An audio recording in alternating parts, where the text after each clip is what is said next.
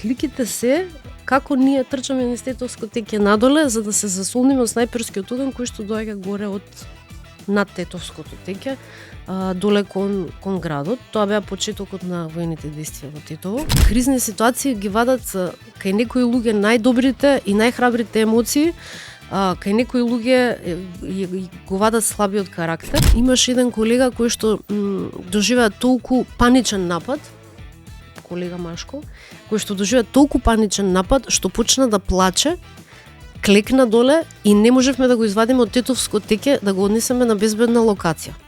Значи плачеше и се тресеше целиот дека не може он тоа да го издржи и дека дали од страф и од паника дека може да го загуби животот или да биде повреден, сигурно тоа му поменувало низ глава, но се сеќавам дека тука колегите што бевме дека го фативме, го заштитивме со нашите тела за да го убедиме дека е најдобро што побрзо да се евакуираме од тука, да се симнеме на безбедните локации каде што се безбедносните сили и од тука да се упатиме кон Скопје во нашите редакции. Од 2001 имало момент кога се представила под друго име Гордана Стошич.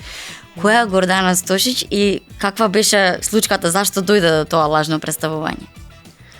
Поко треба да го спасиш животот, се ќе ти текне. Тоа беше во мајко мила. Ајде вака. НАТО, тоа е ефтина продукција, тоа е продукција на ефтина програма која што не чини многу трошоци, врзана во еден систем на пренесување со порталите и сега што е полошо, тоа е погледано на телевизија, тоа е попренесувано на порталите, тоа носи повеќе заработка на телефоните и тоа е еден круг на медиумски ентертејмент. Они го одбрале тој рецепт, не е тој непознат рецепт.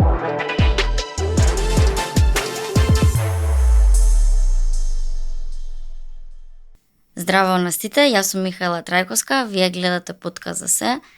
Денеска имаме еден многу интересен гостин со нас во студиото, тоа е Ивона Талеска, новинар и уредник. Здраво Ивона, како си? Здраво Михаела, одлично сум и благодарам за поканата да го направиме овој подкаст. Супер. Што прави Ивона Талеска во моментов? Во моментов гостува на подкаст кај Михаела, а инаку, ако мислиш на работата, го работам оно што го работам цел живот со многу голема љубов. Тоа е новинарството, како новинар во Сител телевизија и главен уредник на порталот Вечер МК. И покрај тоа ја водам и Македонската асоциација на новинари, која што е најголемата и најпрофесионалното здружение на независни медиумски работници. Од каде ти дојде идејата да станеш новинар и која вроди таа љубов кај тебе? Не доаѓа идеја, тоа се сплет на околности кои што се случија и фамилијата од која што потекнувам. Потекнувам од новинарско семејство, татко ми цел живот работеше во Македонската радиотелевизија и мајка ми исто така. И таму и се пензионира и веројатно јас од мала гледајќи го тој свет некако знаев дека ќе бидам дел од тој свет, но и околностите и времињата во кои што созревав. Родена сум во една голема држава, младоста ми беше во и се уште ми е во една друга помала држава. Ги поминавме годините на транзиција на економијата, која што се уште не е завршена за жал. Поминавме два големи воени судири и сите тие околности доведоа до тоа да се занимавам и со новинарство, сакајќи да пренесам што се случува и во институциите, и на улиците, и во организациите, и сакајќи да работам за јавниот интерес и за граѓаните, да се каже вистината. Така што два фактори се присутни за да влезам во новинарството. Тоа е сплетот на околности и немирните времиња во кои што живееме. Таков ни е късметот на генерацијата, така се зезаме меѓу себе, и околностите во кои што таа генерација расте. Значи не си родена во Македонија? Родена сум во Македонија, меѓутоа родена сум во една држава која што се викаше Социјалистичка Федеративна Република Југославија. Јас сум од постарата генерација која што е растена и школувана во поранешна Југославија. Дипломирав, магистрирав и докторирав во независна Македонија и на меѓународни универзитети, така што ем широко образовно портфолио, ем долг професионален стаж кој се уште се надоградува и се унапредува. Ја памтиш твојата прва новинарска активност, што беше како прв пат кога се пласираше како новинар? Секако дека ја памтам. Првата новинарска активност е да смислиш тема што ќе биде интересна за гледачите и да најдеш соговорници кои што ќе ја поддржат таа тема. И најтешкиот дел од таа задача всушност беше да го убедиш уредникот дека таа тема ќе биде гледана и дека ќе биде гледлива и во тоа време да ти се додели техничка екипа од снимател, камера, тонец и така натаму со кој што ќе одиш да ја изреализираш таа идеја. Меѓутоа, заедно со колегите ние во тоа време навистина многу брзо созревавме и многу брзо растевме во професијата, дури и невообичаено брзо, што би рекле постарите колеги, заради фактот што настаните се движеа со многу голема брзина. Денеска се со рапидна брзина, тогаш беа со многу голема брзина, додека во времето на нашите претходници беа некако по нормални околности за работа и за созревање во професијата. Ние како и во животот, така исто и во работата, моравме навистина брзо да учиме, тоа да го презентираме на вистинскиот начин и после тоа да бараме нови приказни кои што ќе бидат интересни за гледачите. Тоа времињата во кои што јас почнував како новинар, тоа е далечната 97 година, 1997 година, се уште не бев дипломирала и почнав во македонската радиотелевизија хонорарно. Во тие времења се уште аналогно ги добивавме информациите. Медиумите не беа дигитални како што тоа е денеска и како што размената и на видео, и на аудио, и на текстуалните форми оди сосема поинаку, многу побрзо и многу полесно. Тогаш, например, ние за да добиеш некоја вест или некој соопштение, седевме покрај факс машината и чекавме да ни стигне факсот со дали ќе биде соопштение од Министерство за внатрешни работи, дали од Министерство за одбрана тогаш, бидејќи почнуваат турбулентните настани во Македонија во таа 96-97 година, па чекаш соопштение што се случувало во собранието, па што се случувало во владата, па додека дојдеш до тие покрупни институционални форми на известување во политичкиот сектор, требаше да се помине скопската рубрика, требаше да се поминат, да се знаат сите улици во градот, сите зеленила во градот, сегашни планови, идни планови и така натаму. Имаше поинаков пат на растење кој што, пак да повторам, беше забрзан од околностите кои што се случуваа во тоа време. И така, накусо сега да се вратиме на почетокот, мојата прва задача беше да најдам тема. Уредникот рече, дајте ми тема што ќе биде интересна и гледлива за луѓето и кого треба да снимате и каде треба да се снима тоа. И тука можеш да направиш цело сценарио за еден прилог од 2 до 3 минути кој што ќе трае максимално, да имаш визија како тоа визуелно ќе изгледа, да му ги понудиш локациите каде треба да отиде да се сними, да му дадеш нацрт на текст кој што он секако ќе го преуреди бидејќи е уредник и потоа одевме на терен и ја завршувавме работата. И зашо беше темата што ја предложи? Прво во Скопска се разбира.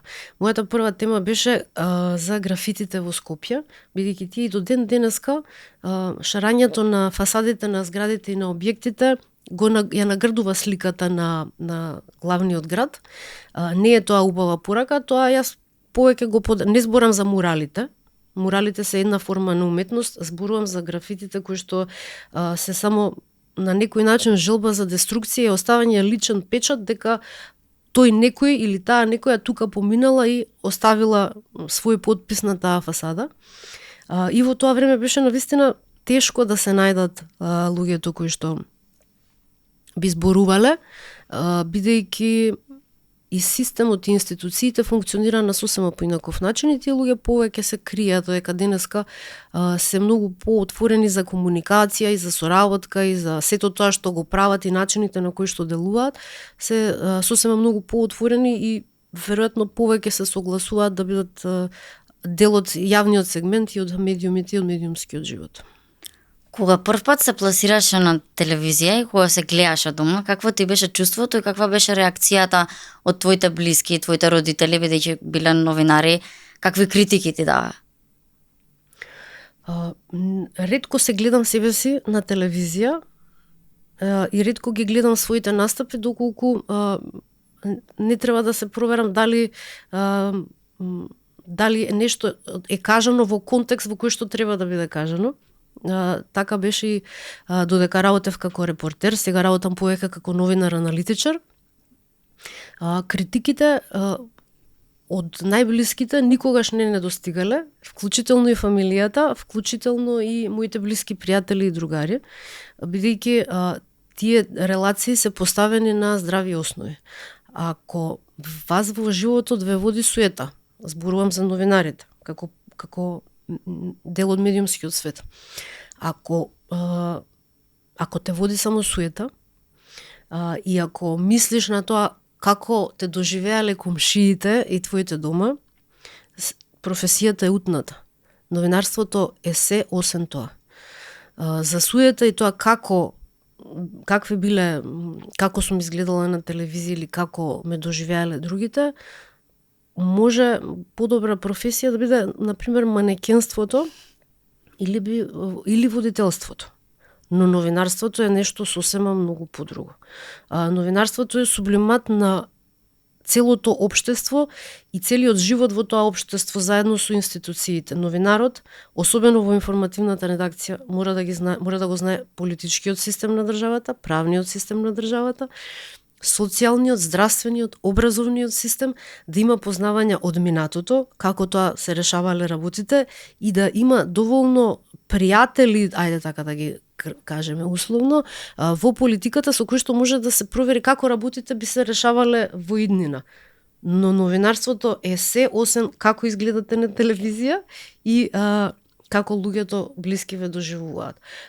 Татко ми и мајка ми секогаш знаеле да ми дадат конструктивен совет во која насока треба да се подобри моето известување и во која насока треба да размислувам за политичките анализи и политичките интервјуа кои што ги правам, и секогаш тој совет од нив ми бил многу драгоцен. Истото и од уредниците со кои што сум работела, бидејќи навистина јас имав чест да работам со многу големи новинарски имиња, како што е Александар Чомовски во Македонската радиотелевизија, како што е Драган Павлович Латас во Сител телевизија, од кој што имам научено навистина многу во животот за работата што се однесува до новинарството и до медиумите. Тие лекции не можете да ги добиете и да станете добар и квалитетен новинар и да растете во професијата, ако се занимаваме со суетава, како сме изгледале, и ако се занимаваме како не доживеале комшиите и комшиките. Во 2012 си избрана за најдобра новинарка на годината. Што мислиш, која била твоја клучна карактеристика што донела до тоа? Пошто во тоа време си била млада новинарка и сега си уште млада и прекрасна, ама сигурно имала конкуренција од постари новинари кои што исто биле, да речам, во трката. Зошто ти баш си се издвоила од сите тие? 2012 некако дојде како логичен заклучок на повеќе деценијски ангажман во новинарството и во медиумите, и беше како заокружување на еден многу значаен дел од мојата новинарска кариера, а тоа е ангажманот во хуманитарните активности. И во тој сегмент јас навистина многу помагав и за СОС детското село, без тоа јавно да се објавува, и за домот за доенчиња во Битола, и за домот за деца без родители 11 октомври.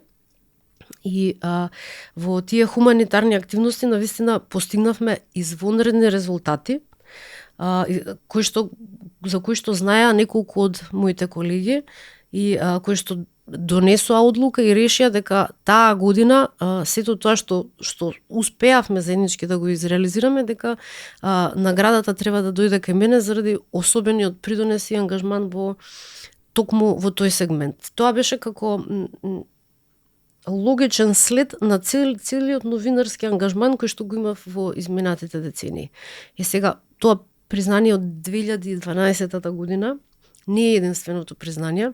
Поголем е бројот на регионалните признанија кои што ги имам добиено. Имам неколку награди добиено во Хрватска, во Србија имам добиено и имам добиено една што ја немам подигнато од како се викаше здруженијето? Го заборавив, ќе ми текне во текот на разговорот, ќе ми текне како се викаше здруженијето. Меѓутоа беше исто така за хуманитарен ангажман за решавањето на бебињата оставени без родителска грижа. Јас тебе те паметам како новинарка од Сител која ги води вестите, но твоите почетоци биле од Канал 5. Како се случи таа транзиција и поради што се случи таа транзиција од Канал 5 во Сител? Како се случи? Канал 5 тогаш беше кога се оформуваше Канал 5 телевизија, беше млада телевизија со многу амбициозна програма и многу амбициозни уредници во нејза. Тогаш уредници во Канал 5 беа Никола Младенов и Слободан Чашуле. Двајцата се покојни сега. И новинарската екипа беше исклучиво млада и многу полетно се работеше, затоа што беа турбулентни политички времиња кои што наговестуваа и едни сосема поинакви воени времиња кои што ни следеа потоа. Во тие турбулентни политички времиња се случија големи трансфери помеѓу телевизиите тогаш и во таков еден трансфер во Канал 5 дојде една екипа која што внесе многу немир меѓу нас младите и многу неубава атмосфера за работа. Тоа беше период 98 година, кон 99-та и создаде една клановска поделеност со која што под А млад новинар тешко може да се снајде и да се избори и под Б која што ви ја убива креативноста наместо да се занимаваме да донесеме ексклузивна информација, ексклузивен гостин. Ние повеќе бевме доведени како млади новинари во ситуација да се занимаваме кој што рекол за нас во редакцијата и кој како не гледал во редакцијата.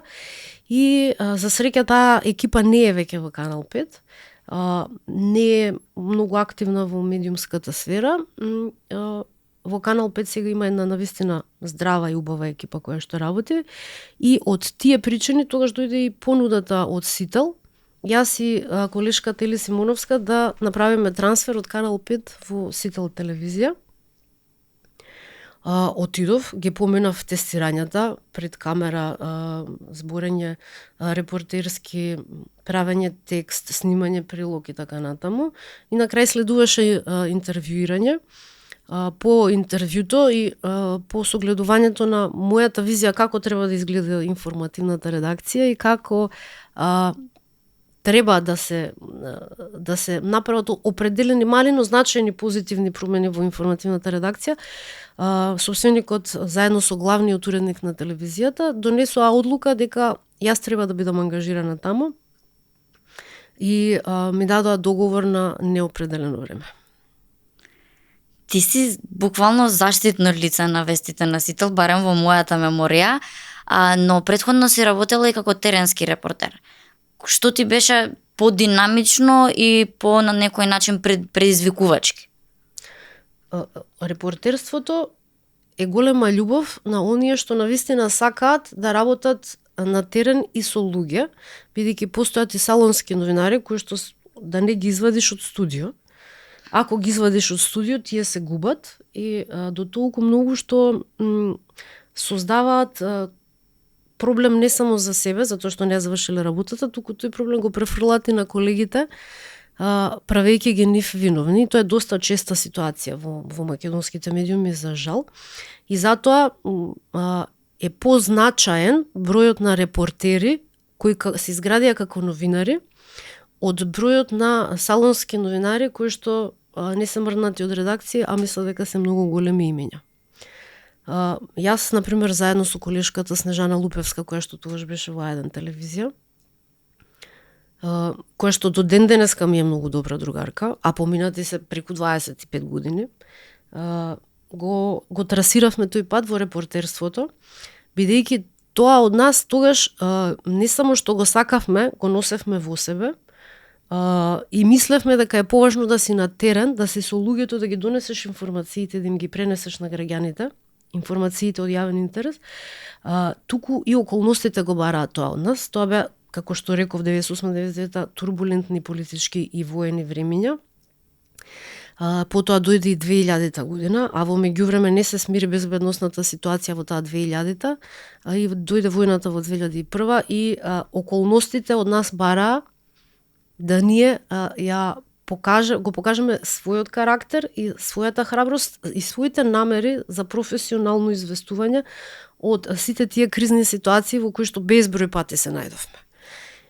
Значи многу безброј пати се навистина не можам ни да ги добројам сите случаи кои што ни се имаат. Некоја најинтересна, интересна и во добар и во лош смисол, пошто сте биле воени репортери, сигурно имало премногу динамични случаи, премногу страшни работи, да речам, сте виделе, нешто што ти останало во сеќавање прво, така кога ќе те праша некој.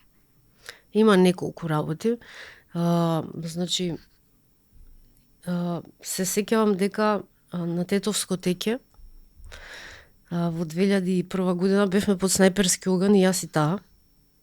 И постојат дури и слики, објавени се во тогашните печатени медиуми, неколку фотографии на кои што јас и она пробуваме да се евакуираме, и двете сме со панцири. И екипите беа со панцири, бидејќи моравме и на брзина да поминеме една обука на BBC на Reuters за преживување во воени услови. И сликите се како ние трчаме низ Тетовско теќе надоле за да се засолниме од снајперскиот оган кој што доаѓа горе од над Тетовското теќе доле кон градот. Тоа беа почетокот на воените действија во Тетово. Тука еден поранешен колега, тој е вака, како да кажам, таквите кризни ситуации ги вадат кај некои луѓе најдобрите и најхрабрите емоции, кај некои луѓе го вадат слабиот карактер. И така имаш еден колега кој што доживеа толку паничен напад, колега Машко, кој што доживеа толку паничен напад што почна да плаче, клекна доле и не можевме да го извадиме од Тетовско теќе да го однесеме на безбедна локација. Значи плачеше и се тресеше целиот дека не може он тоа да го издржи и дека дали од страф и од паника дека може да го загуби животот или да биде повреден, сигурно тоа му поменувало низ глава, но се сеќавам дека тука колегите што бевме дека го фативме, го заштитивме со нашите тела за да го убедиме дека е најдобро што побрзо да се евакуираме од тука, да се симнеме на безбедните локации каде што се безбедносните сили и од тука да се упатиме кон Скопје во нашите редакции. Ни се случи потоа, например, кај еден колега јаваше магаре за да стигне до Танушевци, затоа што го мрзеше да оди пешки нагоре.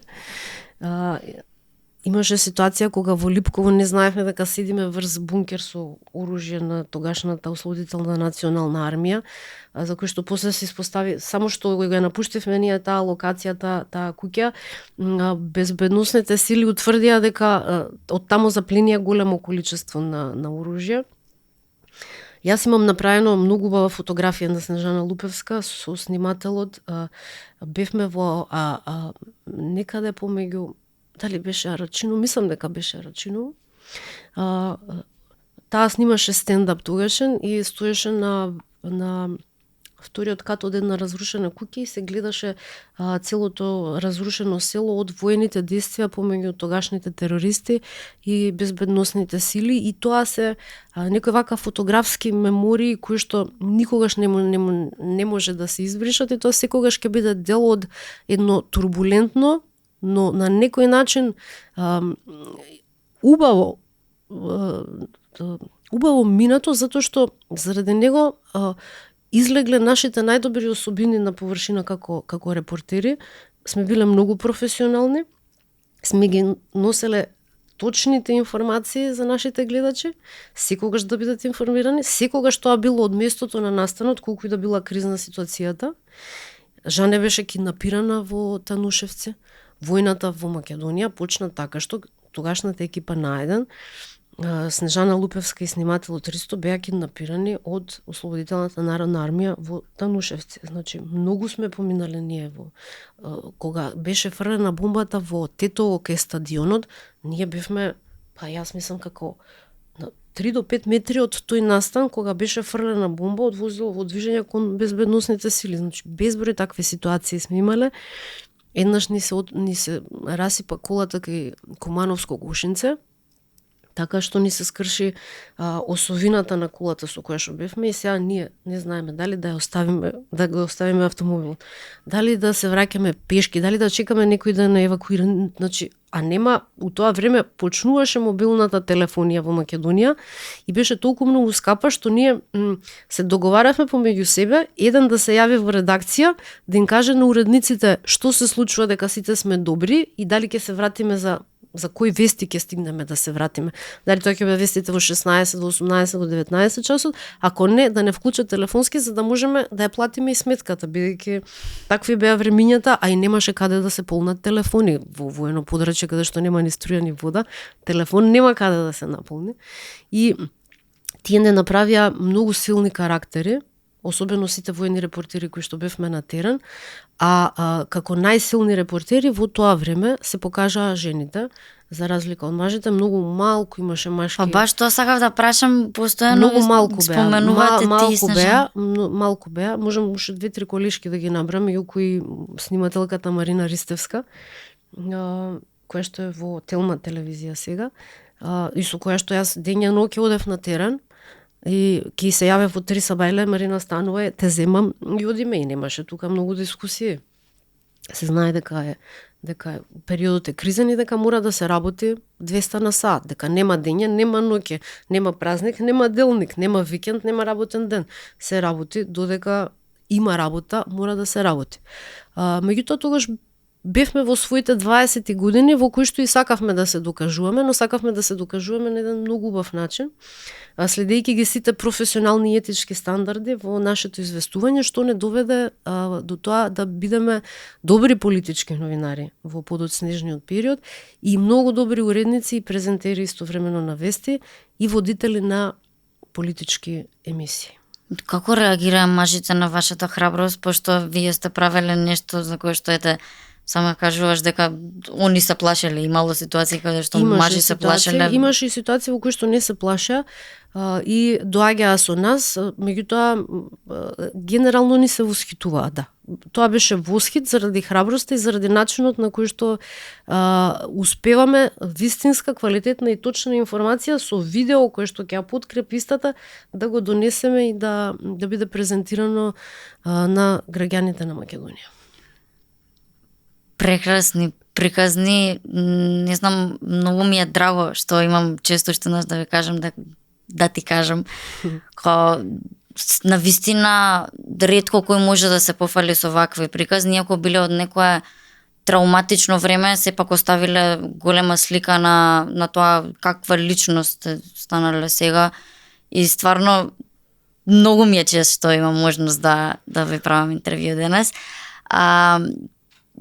Ти имаш правено интервју со многу луѓе.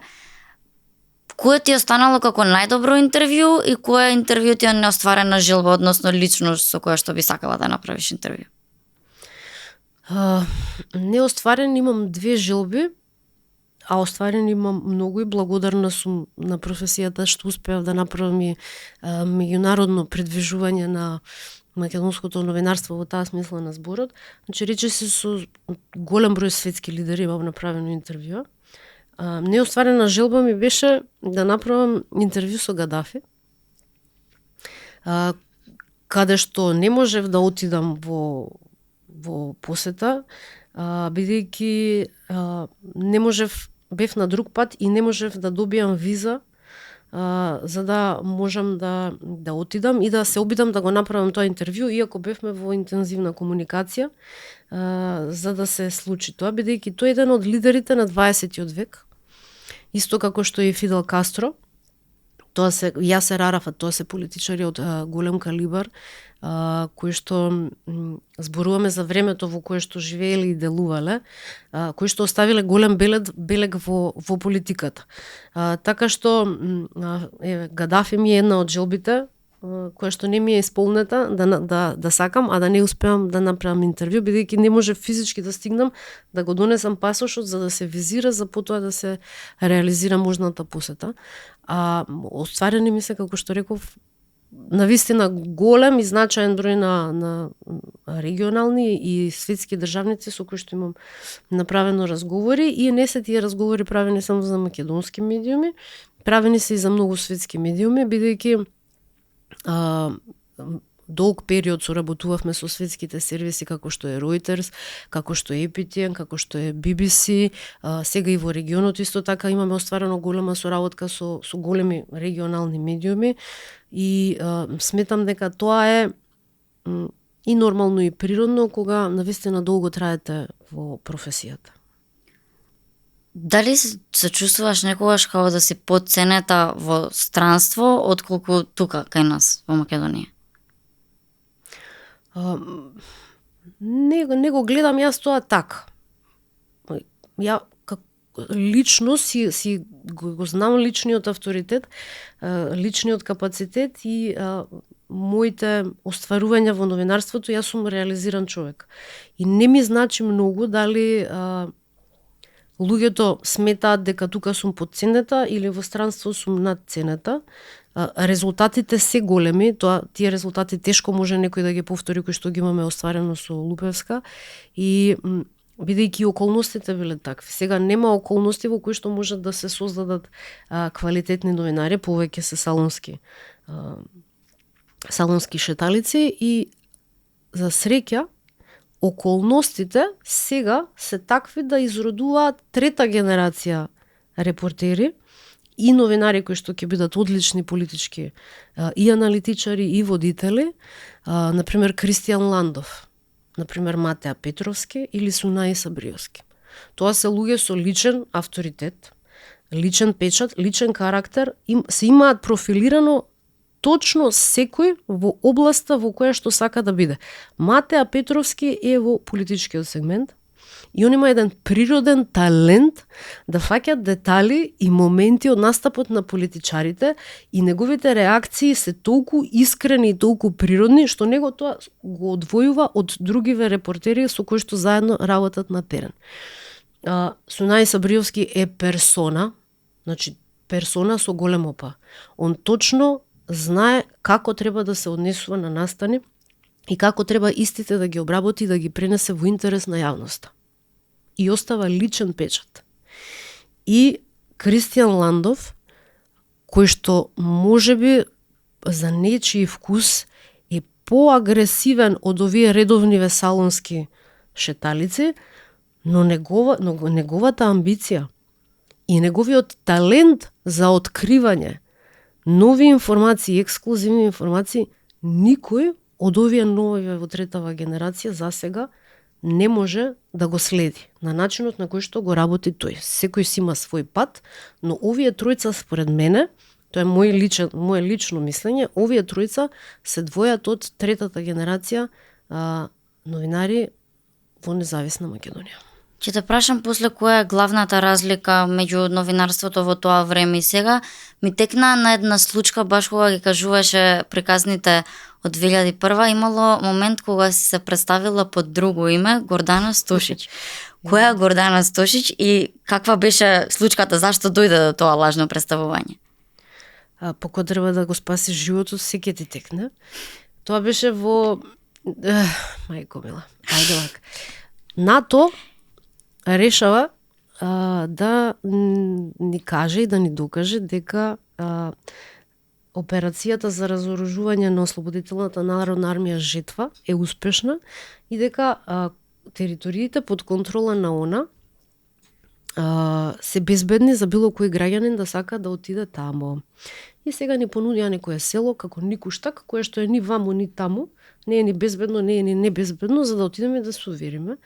И ние знаевме дека тоа не е селото каде што треба да биде таа безбедносна ситуација под контрола на државата тогаш Република Македонија, туку дека ако навистина е тоа така, би требало да биде некое село како Танушевци, како Слупчане, како Липково, како Ваксинце, Лојане и така натаму. И побаравме да бидеме однесени во друго село. Тогашните представници на НАТО одлучија да не однесат во село Слупчане, кое што важеше за најекстремно во дејствувањето на тогашната ослободителна национална армија.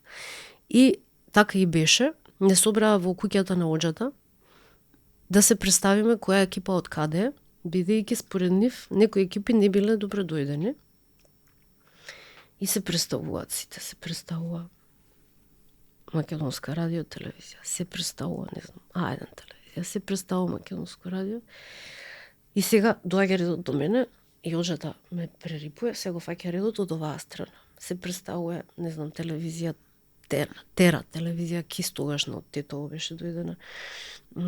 Имаше странски телевизии дојдени и пак редов доаѓа до мене и снимателкава Марина Ристевска. Што ќе правиме? Аз знам дека нели потенцијално тука ако не одржиме ситуацијата мирна, дека ни НАТО нема да може да не евакуира. И за да биде ситуацијата мирна, да не се осеќаат луѓето нелагодно, и мене ми века да се представиш, и аз како ми текна Гордана Стушич, Скајнет телевизија, а тој е поранешната директорка на Македонската радио телевизија, која што подосна премина во тогаш, сега веќе не постои таа телевизија, Скајнет телевизија, и само од нив немаше тука представници, и јас се фатив за Скајнет, и Марина нормално исто така ме потврди, се представи дека е од Скајнет телевизија и почнаа сите да се смеат од присутните, бидејќи дури и Оџата од Слупчане знаеше дека не ја кажувам вистината, меѓутоа тоа беа времења во кои што требаше да се преживее и тоа е еден вид на бела лага, не е тоа лага, затоа што они добро знаеа која сум, а особено затоа што носев едно жолто капче со еден жолт шал. И дека бевме во право кога мислевме дека безбедносната ситуација не е така како што тврдеа тогашните представници на меѓународната заедница, го покажа и фактот што надвор веќе беше извршен напад врз колегите Иво Котевски, го знаат сите кои што се долго години во новинарството, и колегата Мухамед Зекири исто така го знаат. Они беа надвор, не беа влезени внатре во куќата и потоа НАТО не евакуираше надвор од селото и не изнесе живи, здрави и безбедни сите. Сега да се навратам на прашањето што те прашав околу новинарството во минатото и новинарството сега. Која е главната разлика и на што треба да се фокусираат новите млади новинари за да го достигнат, да речам, тоа ниво на квалитет и тој успех кој што сте го имале вие во минатото? Прво мораат многу да работат на себе и да учат. Значи, едукација и образование се основата на амбицијата, доколку ја имаат амбицијата, би било пожелно да ја имаат, и потоа доколку имаат талент, тоа е и X фактор кој што ќе допринесе. Но образованието е основата. Мора да знаат, пак да повторам, политички систем, социјален систем, здравствен систем, образовен систем, политички, одбранбен систем, мора правниот систем да го знаат, мора да ги знаат актерите главни во минатото, во сегашноста, кои се очекува да дојдат, и да знаат сето тоа поради информациите кои што ќе ги добиваат, како да го уклопат за да известуваат од јавен интерес за граѓаните. Тоа е најважното за младите новинари. Ако не читаат, ако не се едуцираат, ако не напредуваат, туку се сведуваат само на наслови кратки, само на фотографии и евентуално на првиот параграф, ќе завршат како салонски шеталици. Тоа на никој не му треба.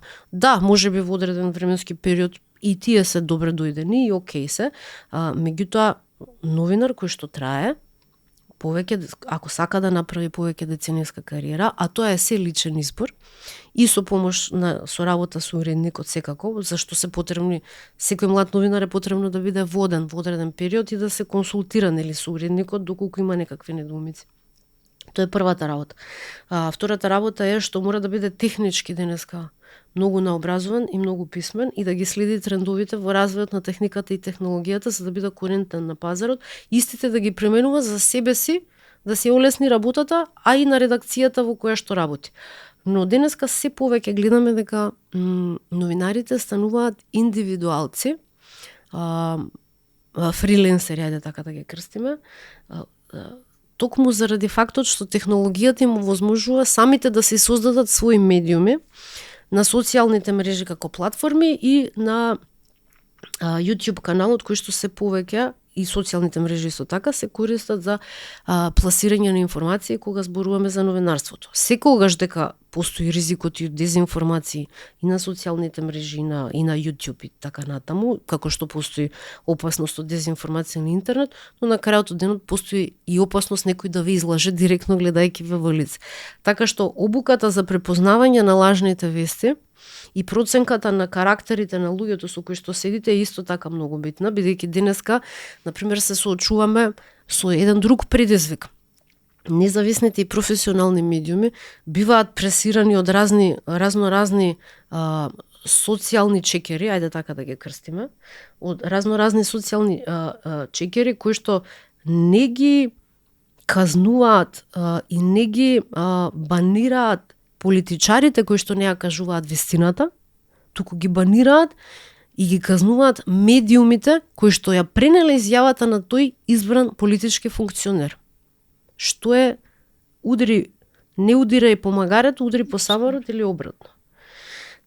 Мора многу да се внимава на тоа, особено во денешно време, бидејќи политичките околности во светот се такви што наметнуваат една посериозна анализа на вестите кои што доаѓаат. Сведоци сме дека тие лажни вести и ги има во светот, не дека ги нема, но сето тоа многу лесно се решава со проверка на интернет, а денеска барем е достапно од било кој уред кој што го имате, да може да се провери дали информацијата е точна или не и тоа да ја проверите од најмалку 3 до 4 извори на информирање. Тоа е втората работа која што е многу битна. И третата работа која што е многу битна е да имаат лична амбиција. Зошто го велам ова? Во времето на социјални мрежи и ајде да речеме селебрити на социјалните мрежи, така да ги крстиме, младите го губат компасот поради доминантното влијание на тие личности на социјалните мрежи, не само моралниот компас, туку го губат компасот каде се гледаат себе си во наредните 10 години и што сакаат да постигнат. Поради пласирањето на тие ефтини содржини, каде што некои селебрити со многу фоловери и со многу лајкови, се губи компасот како вие да стигнете до целта, например да станете познат пејач, да станете познат актер, да станете добар лекар, да станете добар новинар. Во било која професија, сите професии се загрозени заради инстант популарноста и инстант богатењето од социјалните мрежи. Мора да се разграничи тука. Дали сакаш да бидеш Инстаграм звезда, ТикТок звезда или сакаш да бидеш новинар? Затоа што новинар е многу пообемна и поширока професија од само да се сликаш или да позираш или да бидеш комерцијалист за продавање на некој производ на социјалните мрежи. Тука мора да решат они што сакаат, иако спротивно на тоа, токму овие алатки им олеснуваат на младите новинари побрзо да ги рашират вестите кои што ги имаат и да направат да опфатат поголем опсег на јавноста за информациите кои што ги имаат. Проблемот е во тоа што младите денеска, кога се однесува барем за политичките вести, бегаат од традиционалните медиуми, тоа е првата работа. Втората работа е што дури и на интернет и на социјалните мрежи не ги следат политичките работи. Они повеќе сакаат ентертејмент и забава, отколку што се насочени кон информирање, бидејќи е премногу голема гужва во тој сообраќај и луѓето не можат да следат се и да ги имаат сите платформи. И сега кога на еден просечен човек вие ќе му направите таква гужва во главата од информации, од платформи, од видеа, од текстови, од социјални мрежи и така натаму, него најлесно му е да се дистанцира, да избега и да го релаксира мозокот. Како се релаксира мозокот? Мозокот се релаксира со лайф стори, со забава се релаксира, и се релаксира со спорт, со работи кои што нема да го оптоваруваат, бидејќи е навистина голема гужвата. Тоа е најлесно на некој начин да се пласира, зашто порано мислев дека е тешко да си таблоиден новинар, ама сега сватив дека ова е уствари навистина тешко со самото тоа што кажа кои сите работи треба да ги знаеш, како да ти бидат како предзнаења од историја, политика и такви работи до моментот на сериозноста на луѓето со кои што ќе седиш. Например, ја ова го гледам сега моментално како нешто што би ми е многу потешко од кога да седнам со некоја инфлуенсерка и да ја прашувам, не знам, од каде црпи, од каде црпи инспирација за нејзините аутфити, кој е бивш дечко или некој такви жолт печат. И тоа е реално, затоа и го бираат тој пат, пошто е полесен е. Тој пат е полесен, ама тој пат на долг рок не носи добро за нити за младите, нити за луѓето, не носи добро.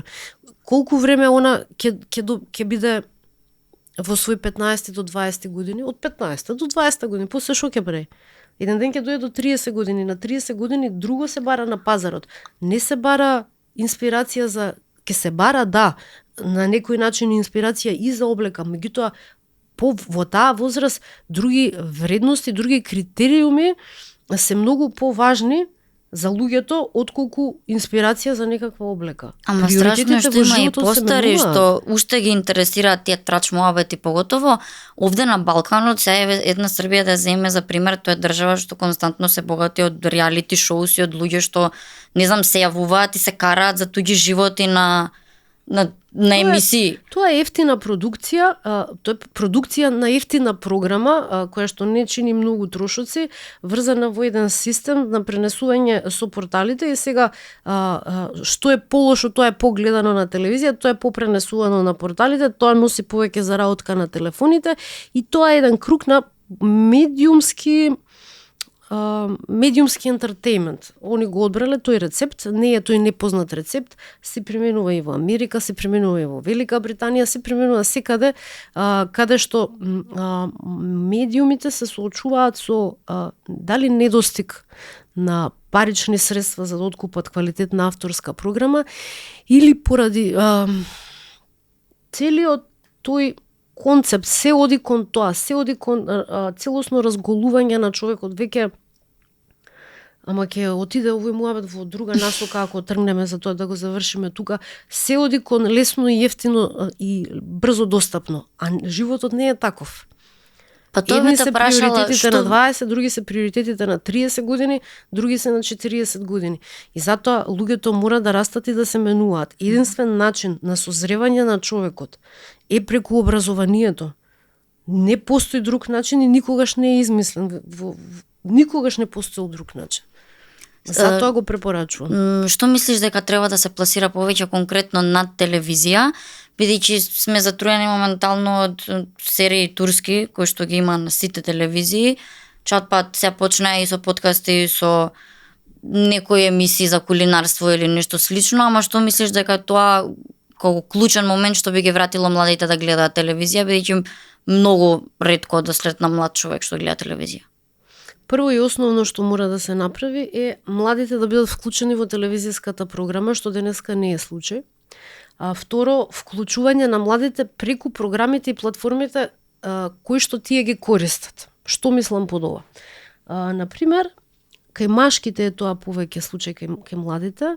Они играат сега Cloud Sony игрици, кои што се хит, се собираат одредени средства на клаудот, со тие средства, не знам дали рудариш, дали се бориш со некого, дали собираш нешто, дали градиш нешто, различни се тие игри на Sony PlayStation, и тие се онлайн. Ако вмрежувањето онлайн, вие им дадете на младите и одберете, направите кастинг за млади момци, кои што тој гейминг би го дале да оди на телевизија, вие сигурно дека ќе почнете полека, но сигурно да ја привлекувате, например, таа целна публика, дека да, овде, еве за младиве, заедно со родителиве сега ќе можеме да гледаме на телевизија што прават младиве во тој гейминг, бидејќи за родителите тоа е голема непознаница.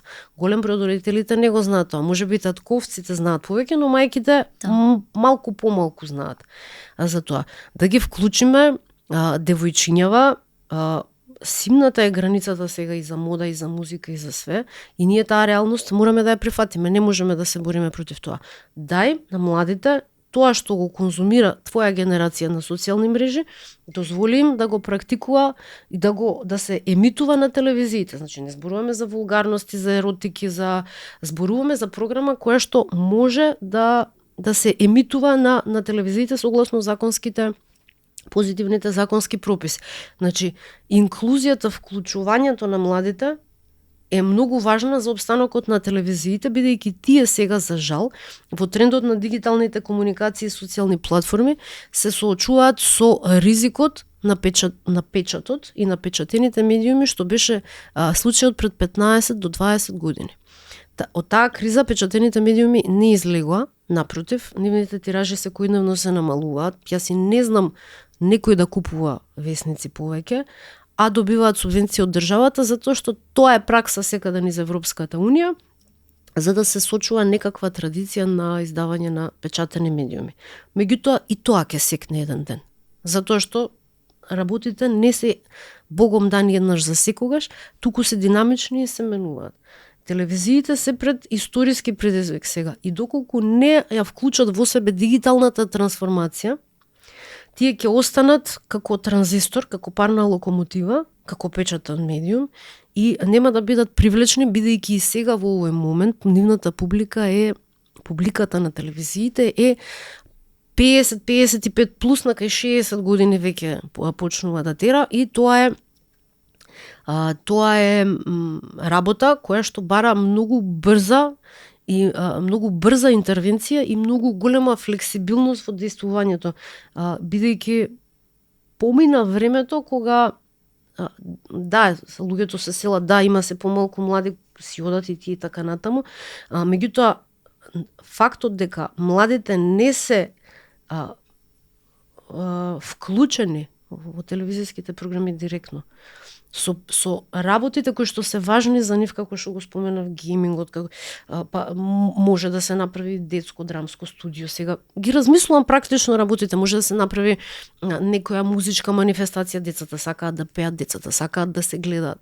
Зошто да не се прави тоа? Имаше многу порано, Сител Бамбини, ја например го гледав, тоа беше емисија, имаше многу цртани кои што идеа. Мора да се врати, програмата е во таа фаза во која што се уште ја гледаме е надмината и доколку сакаат навистина да постигнат нешто, ќе мора да драстично да се менува програмската шема. Сега за тоа се потребни пари, а македонскиот медиумски пазар може да се пофали дека е најсиромашен во регионот.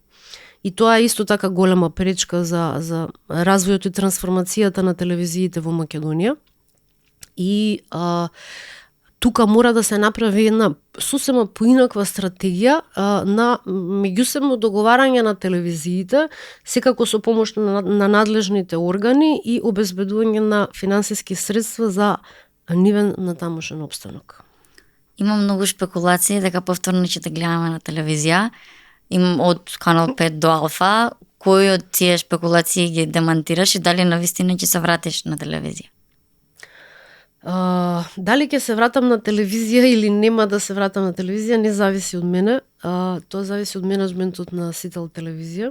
Ги слушнав и јас тие муабети беше и за Македонска радио телевизија, беше и за Алфа телевизија, беше и за Канал 5 телевизија. Има неколку верзии, меѓутоа некако во мојата професионална кариера никогаш не престанаа да ме следат различни шпекулации за било кој период од моето професионално созревање, така што ова со Алфа, со Канал 5, со сите овие последни шпекулации не ми е ништо ново. Јас досега, например, не е за овој разговор, ќе ти го кажам после емисија, меѓутоа се примери за такви шпекулации.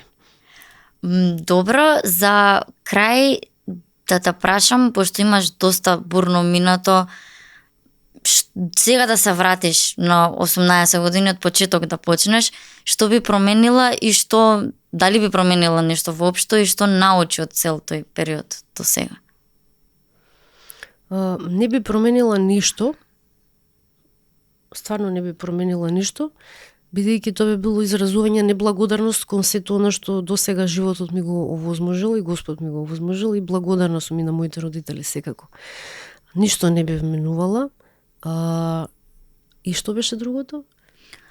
Па дали би сменила нешто и што научи од тој цел период?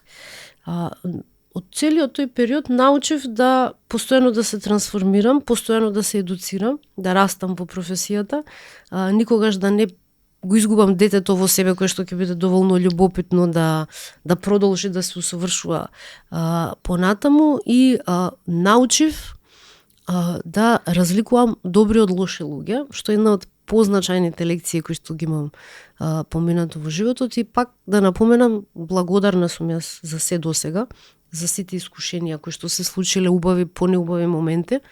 Сето тоа што се случило како неубав период, јас го дефинирам како искушенија, и кога ќе се најдеме на такви искушенија, човек мора да остане со многу чиста глава, со многу позитивна мисла и со многу позитивна емоција и љубов во себе, не само за себе, туку и за сите околу себе, ако сака да го види реалниот свет таков каков што е, да помине период на транзиција и да излезе поуспешен од тоа.